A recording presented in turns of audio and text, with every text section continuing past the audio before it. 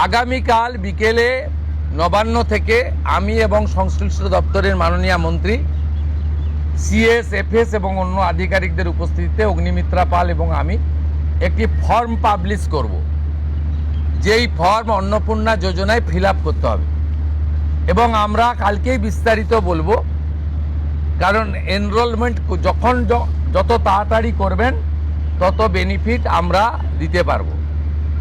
আমাদের অন্নপূর্ণা যোজনার প্রক্রিয়াটা শুরু হয়ে যাবে কাল থেকে। যেমন যেমন ফর্ম ফিল আপ হবে তেমন তেমন ৩,০০০ টাকা ট্রান্সফারও শুরু হয়ে যাবে। আর যতক্ষণ না ৩,০০০ টাকা ট্রান্সফার হচ্ছে, স্বাস্থ্যসাথী যেমন কন্টিনিউ রাখা হয়েছে আয়ুষ্মান ভারত কনভার্ট না হওয়া পর্যন্ত, এখানে আপনার লক্ষ্মী ভাণ্ডারকেও কন্টিনিউ করা হবে। বিস্তারিত কালকে আপনারা জানতে পারবেন। ফর্মের কপিও আপনারা কালকে পাবেন। অফলাইন অনলাইন অবশ্যই থাকবে।